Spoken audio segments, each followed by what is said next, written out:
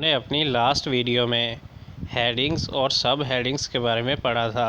आज हम देखेंगे कि हम HTML में लिस्ट कैसे क्रिएट कर सकते हैं। एक जो लिस्ट होती है उसमें कुछ नेम्स होते हैं, कुछ वैल्यूज़ होती हैं और लिस्ट में एक के बाद दूसरा, दूसरे के बाद तीसरा, यानी कि बिल्कुल लाइन की शक्ल में आता है। और लिस्ट जो है वो ऊपर से नीचे की तरफ हो सकती है। बाज़ औक़ात हमें मालूमात लिस्ट की शक्ल में फ़राहम करना होती है। जो मालूमात है वो लिस्ट बनाकर हमने देना होती है, जैसा कि मज़ामीन की लिस्ट, अस्ताज़ा की लिस्ट, दोस्तों की लिस्ट वगैरह। अब हम ये देखेंगे कि HTML में कितनी अक़साम की लिस्टें हैं और उनको कैसे बनाया जा सकता है। लिस्ट की अक़साम यानी कि टाइप ऑफ लिस्ट। HTML में लिस्ट की मंदरजा झैल अक़साम है। एक हमारे पास है अनऑर्डर्ड लिस्ट और दूसरी हमारे पास है ऑर्डर्ड लिस्ट। हम सिर्फ दो के बारे में ही आज पढ़ेंगे। लिस्ट की इस किस्म में अशिया या मवाद की तरतीब अहमियत नहीं रखती। इसमें यह नहीं होता कि आपने पहली चीज़ इधर लगानी है, दूसरी इधर, सिर्फ लिस्ट बनानी है। दूसरे अल्फाज में हम ये कह सकते हैं कि अगर हम मवाद की तरतीब बदल भी दें तो इससे कोई फ़र्क नहीं पड़ता। मिसाल के तौर पर पाकिस्तान के शहरों के नामों की लिस्ट।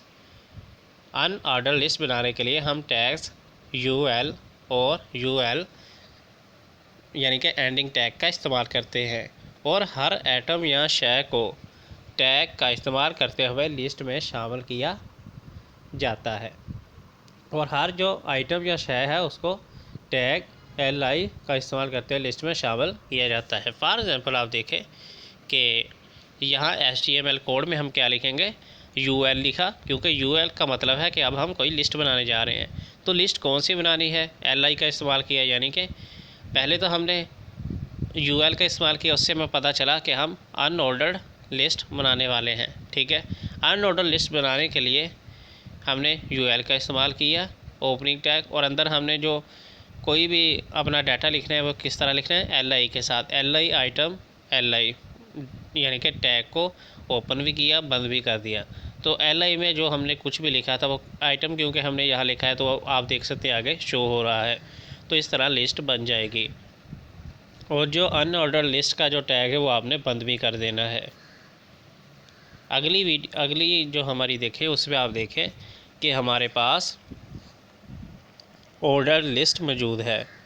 तो ऑर्डर लिस्ट में हम किसी भी मवाद को एक तरतीब के साथ लिस्ट में लगाते हैं। एक बातरतीब या ऑर्डर लिस्ट में हम मवाद को एक ख़ास तरतीब से रखते हैं और अगर हम इस लिस्ट की तरतीब बदलते हैं तो इसके मानी ही बदल जाते हैं। मिसाल के तौर पर अगर आपके टीचर आपके हासिल कीदा नंबरों की बुनियाद पर एक लिस्ट तरतीब देते हैं तो इस लिस्ट में तरतीब या आर्डर की बहुत अहमियत होती है। एक तरतीब व लिस्ट OL यानी कि ऑर्डर लिस्ट के टैग से शुरू होती है और OL यानी कि ऑर्डर लिस्ट के उसको साथ लाइन लगा के टैग पर इख्तिताम पज़ीर होती है। और लिस्ट में कोई भी अंदराज करने के लिए हम टैग LI का इस्तेमाल करते हैं।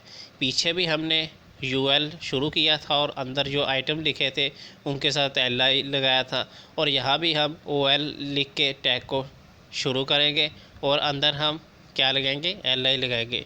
First item, second item, third item, fourth item. तो आप देख सकते हैं इस तरह लिख के आ रहा है। ये देखिए आप, यहाँ कोड लिखा हमने और यहाँ हमने आउटपुट लगाई। So guys, see you in the next video. Until then, goodbye for now.